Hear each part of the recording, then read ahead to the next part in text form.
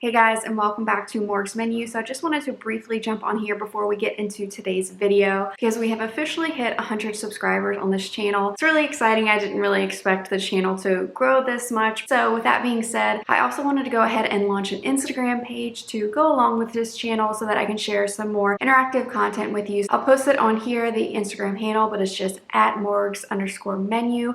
I'll be able to post a lot of channel and video updates on there, as well as some more interactive content and maybe some more simple recipes, so stuff that isn't necessarily complicated enough for a full-length video that I can just show you on Instagram stories or videos. So make sure you guys follow that Instagram page, and thank you so much for subscribing. For a lot of you, you are new to my channel, so welcome. I'm glad you have joined us. For those of you who have been here from the beginning or joined along the way, thanks again for supporting me thus far. So excited for wherever this channel is heading, but make sure you check out the Instagram as well.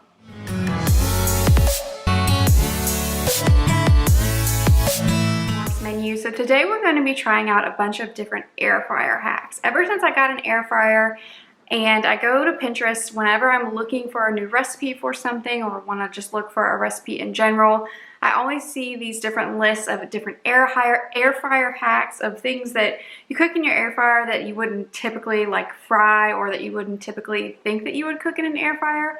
And I've always been curious to see if any of them work, so I figured I'd compile a couple of them into a video, test out some of the recipes, see if it all turns out well. So basically what I want to do with all 5 of these different hacks is kind of give them a rating. We're going to see, number 1, is the actual recipe good? Does it taste good? And I also want to rank it kind of on, is it actually easier? Is it a hack on the air fryer, or is it just another way to cook it and it's kind of more difficult and you really should just do it the traditional way? So kind of want to give everything a ranking at the end, see how it all falls out, and really see what's a hack, what's worth it, and what at the end tastes good. So we're going to be doing hard-boiled eggs, a quesadilla, homemade brownies, homemade donuts, and a homemade bagel. So really excited to see how everything works out. If it's all a good thing, if it's all a flop, we'll see. So let's go ahead and get these hacks started.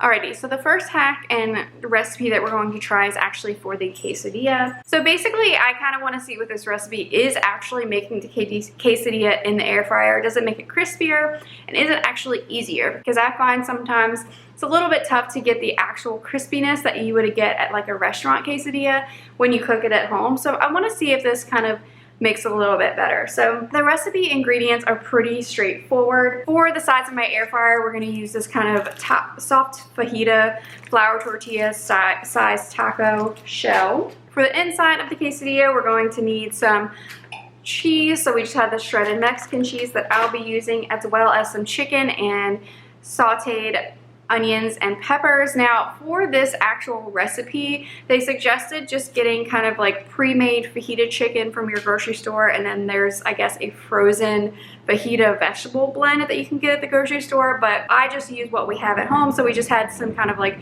frozen chicken strips in the fridge, so I just thawed that out and then sauteed some peppers and onions. And so to combat the seasonings that are probably already in the recipe recommendations, I'm just gonna do a normal fajita seasoning that you guys heard me talk about before, with just some paprika, cumin, chili powder, garlic powder, onion powder, and salt and pepper.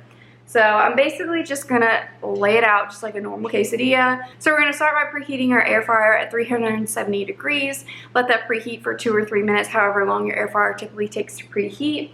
Then you're going to spray it with some nonstick spray, so that will help not only it not stick, but also kind of help with the crispiness of the quesadilla. That, and then we're actually going to take the rack that comes in an air fryer, typically used so it can create a second level. So if you're cooking something and you need to cook something on top, you can do this. But basically what we're gonna do is just kind of use it as a weight agent. So we're gonna set this on top of the top tortilla to prevent it from, moving, and to kind of create that weight so that it actually kind of smashes everything together like a normal quesadilla. Now you do have to flip it halfway, so that's really the thing that's worrying me the most. We'll see how it goes. I'll of course record it, and hopefully it turns out pretty good.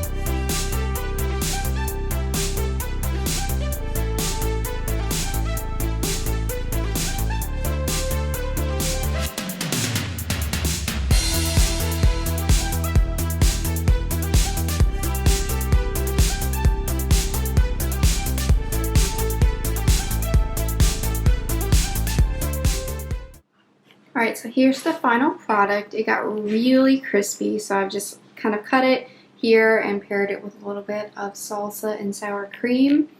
So let's go ahead and do the taste test. As first, I'm just going to try it without dipping it just so we get the full effect of the actual quesadilla.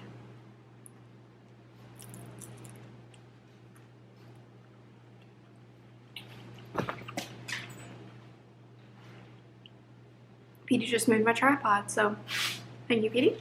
So overall, it tastes delicious. I mean, it's a quesadilla. You really can't mess it up.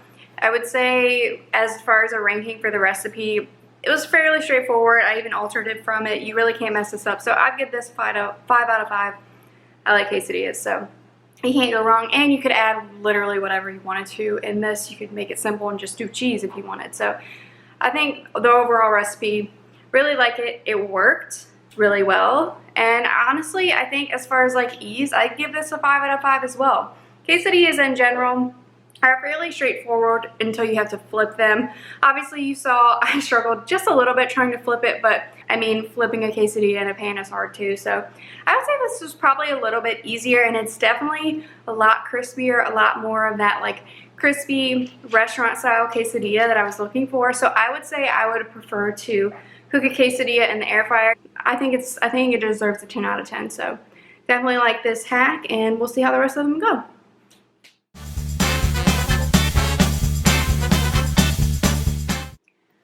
Alright, now so for hack number 2, we're going to be trying the donuts recipe. Now this one I actually saw on Facebook and it looked really interesting, really simple, so we'll see if it actually tastes like donuts or just tastes like the ingredients that it's used. So basically all you need is just kind of the normal Pillsbury Grands biscuits that come in a can. However many donuts you want to use, you basically just take one of these, cut a little hole out of the center. You cook them at 360 degrees in the air fryer, 3 minutes per each side, and then once they come out, you just melt a little bit of normal butter, brush that on top, and then kind of dip them in a like cinnamon sugar mixture. So we'll see if they end up tasting actually like donuts or if they just taste like a biscuit with cinnamon sugar on top of it. So I'll show you real quickly how that comes out, and then we'll see how they taste.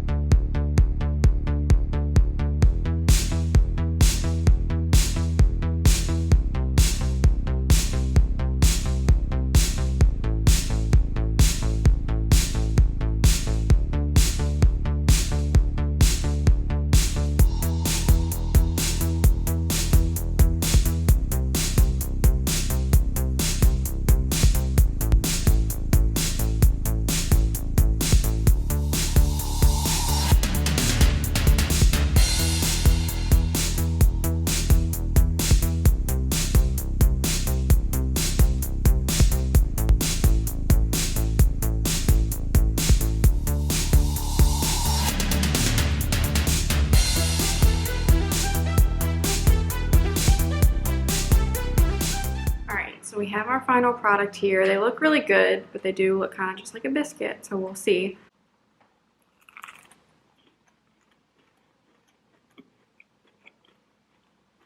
Pretty good. I mean, I would definitely say the biscuit is like a very strong flavor, especially in this buttermilk one, so maybe a different kind of the Pillsbury donut would, or the Pillsbury biscuit, sorry, would be better, but it's still really good. I mean, I guess it's kind of almost like a buttery donut, almost savory donut with some cinnamon sugar on top. So it's not like super sweet, which I actually like. They're good. I mean, obviously they're a lot easier to make than making like donut dough and doing all that process. So if you're craving just some donuts and don't want to go to the store, and I'm sure these are obviously much less calories than a actual fried donut, so they're good.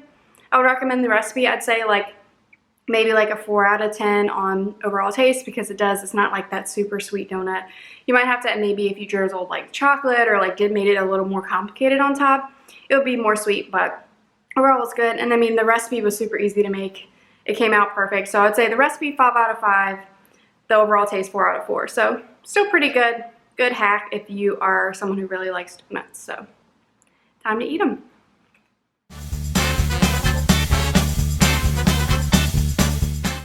Alright, so now for hack number 3, we're going to be trying to make hard-boiled eggs in the air fryer. So this one again only needs one ingredient, which is eggs and your air fryer. So it says to cook it at 250. I haven't gone that low in my air fryer, so we'll see how low we can actually get the temperature. And you cook it for about 16 minutes, and then as normal, you take it out, put it in a cold ice bath to stop the cooking, and then once it gets to a cool temperature, you peel the egg and you should have a hard-boiled egg. So this would be nice because then you don't have to like wash the boiling water and stuff like that. So we'll see if it's actually easier. It does recommend to use, again, the little rack that comes with the air fryer. So I'm going to just set this in there and set the eggs on top. We're going to try it and see how it turns out and see if it actually cooks all the way through or if it just makes it really hard to peel.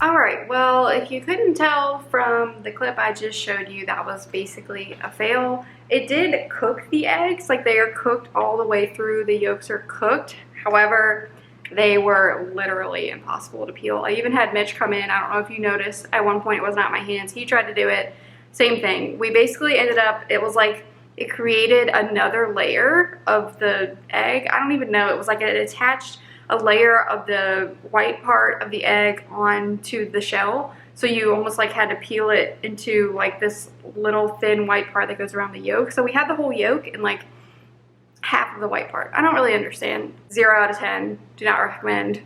Don't try this at home.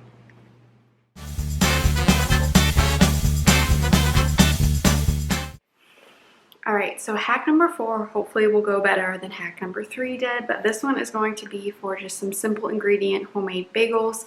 Now the recipe calls for 2 ingredients, but really it's not 2 ingredients, but I guess there are 2 main ingredients. So it's basically using flour and Greek yogurt as the 2 main ingredients to make the bagel. So we'll see how it turns out. We'll see if it's a good texture. I'm not too confident in this, but hopefully it'll at least be a little more edible than the eggs were.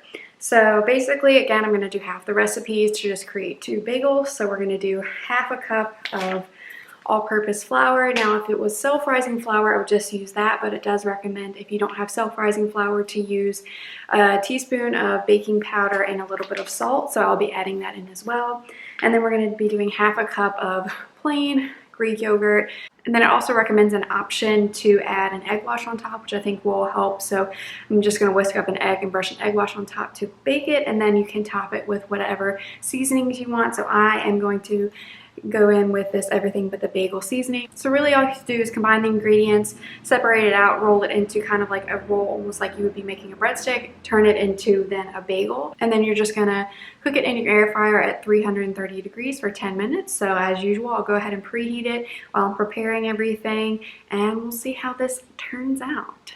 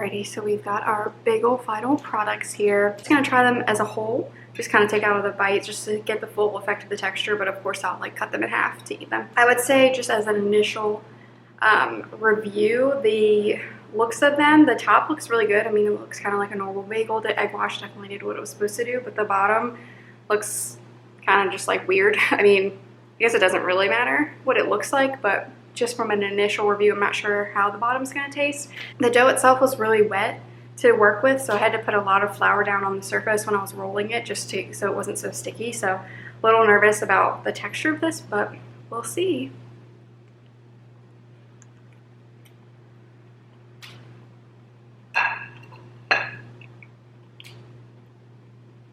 Alright, so overall, yeah, it's just, the dough's a little wet. Like, it's a little bit of a wet bagel. I don't know if that even makes sense. Maybe it just needs to like cook a little longer. But overall, it tastes really good. So that's good. I mean, maybe this is just the dough, how the dough is. If so, then maybe I would add a little bit more flour next time I do it. But it's definitely good. I mean, if you don't have bagels and are craving for a bagel, especially with the seasoning on top, I mean, it really does taste like a decent bagel that you get like at the grocery store. I wouldn't say it's like a nice restaurant, like super fancy bagel, but the recipe, like I said, I'm gonna have to alter it a little bit probably to get it to be a good bagel. So I'll give it maybe like 3.5 to 4 out of 10 as far as the recipe, and then taste again like 3.5, 4 out of 10 because it's pretty good. But is buying a bag of bagels from the grocery store easier and probably taste better?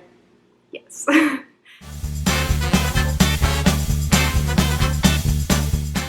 All right, so the fifth and, well, that's 10, but the fifth and final hack that we're going to try is homemade brownies in the air fryer. So for this one, we're going to be testing both, is the recipe good and does it actually work in the air fryer? So I really don't know what a typical brownie homemade recipe is. I normally just buy the box, so we'll see if it turns out good. I did notice in the comments on this recipe that it said some people added chocolate chips and that made it much better. So I'm gonna do that because for me, too much chocolate is not a thing when it comes to brownies. So I'm just gonna add like a tablespoon or 2 of chocolate chips in it just to make it really good.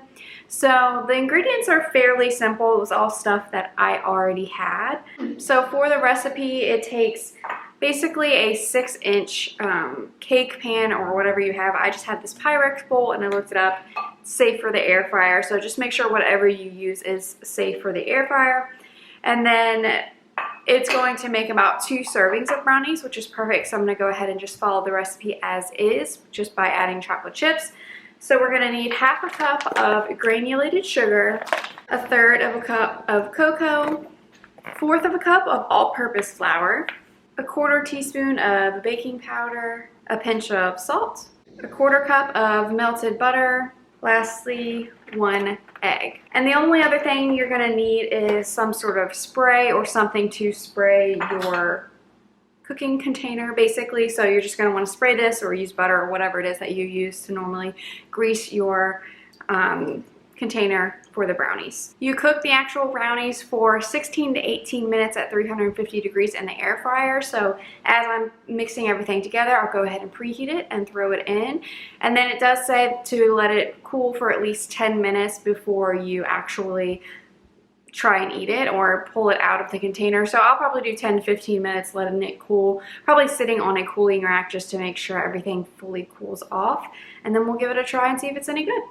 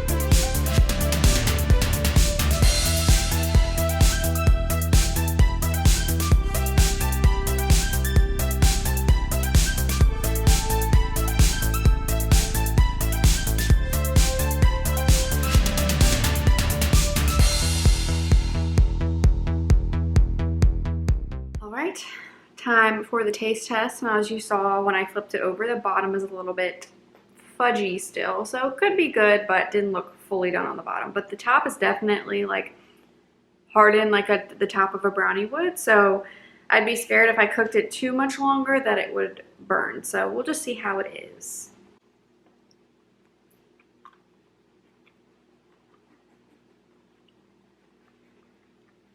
So it's actually really good. Tastes just like a brownie, and it's a little bit crunchy on top and kind of fudgy on the bottom, but it's kind of just one of those brownies you're gonna have to eat it with a fork and knife. Maybe once it cooled, the bottom would like harden a little bit so you could hold it, but I'm not mad at a fork and knife brownie. So I'd say overall, I mean, it was really easy to pull together, especially if you're kind of just craving brownies and have, you know, a decent amount of baking ingredients already in your cabinet. You could probably throw this together kind of like I did. So I would say 5 out of 5 on simplicity of the recipe, and it did work. Maybe 4 out of 5 just because it was kind of like, you know, undercooked on the bottom. Tastes delicious, tastes just like a brownie. It's really chocolatey, so pretty good result.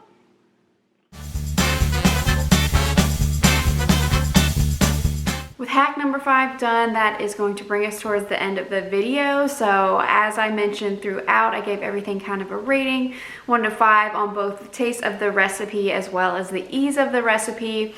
Looking at everything holistically, I would say probably after the initial taste test of a couple of them, after I fully like ate them, I have some more thoughts. So number 1, the quesadilla, we did that one first, and honestly it comes out number 1 at the end. For me, I love a good quesadilla, and I've always been searching on how to get that nice crispiness on the tortilla. I've made that since I filmed that first clip. We made them again. I just really love that recipe. That's definitely number 1 for me, and I definitely recommend, if you have an air fryer, make your quesadillas in the air fryer. It makes all of the difference on the tortilla. 2 and 3 is kind of a tie for the donuts as well as the brownie. I will say the donuts, after I had more than just that one initial bite, they were even better than I thought. I would give those almost like a 9.5 out of 10. I really didn't have a complaint toward them. As I said, they do sort of have that biscuit taste, but kind of, I guess, as more as I ate the donut as a whole with the cinnamon sugar topping, it really tasted really, really good. So definitely recommend that recipe. I would say maybe just slightly below that one at number 3 is the brownie. The only thing with the brownie is I don't really know that using the air fryer made a difference. If anything, like I mentioned, the top of the brownie got really crispy and the bottom was still gooey. So I mean, if you want that and you like that contrast and you plan on eating the brownie with a fork, then definitely do it in the air fryer. But personally, I think I would use the actual recipe again and just bake it in the oven so that maybe it'll bake a little bit more consistent and the top won't be quite so crunchy and the bottom won't be so gooey, so then it can be an actual brownie that I could like pick up with my hands. So, you know, it all depends on your preference and what you're looking for, but I wouldn't say that the air fryer enhanced that. Number 4 is gonna be the bagels. Now the bagels, the more I ate them, they actually kind of tasted more of like a biscuit to me than an actual bagel. They were okay. Again, I don't think I'd make that recipe again. You'd probably have to use more ingredients. If you're in a pinch and you really, really want to try it, go for it. If anything, I would just roll them into like a biscuit and try it with a biscuit because I really think it had that more of a texture than an actual bagel. I'm just gonna stick to buying bagels from the store. And lastly, number 5, the big fat 0 is the eggs. Literally just don't even try the eggs. It's not worth it at all.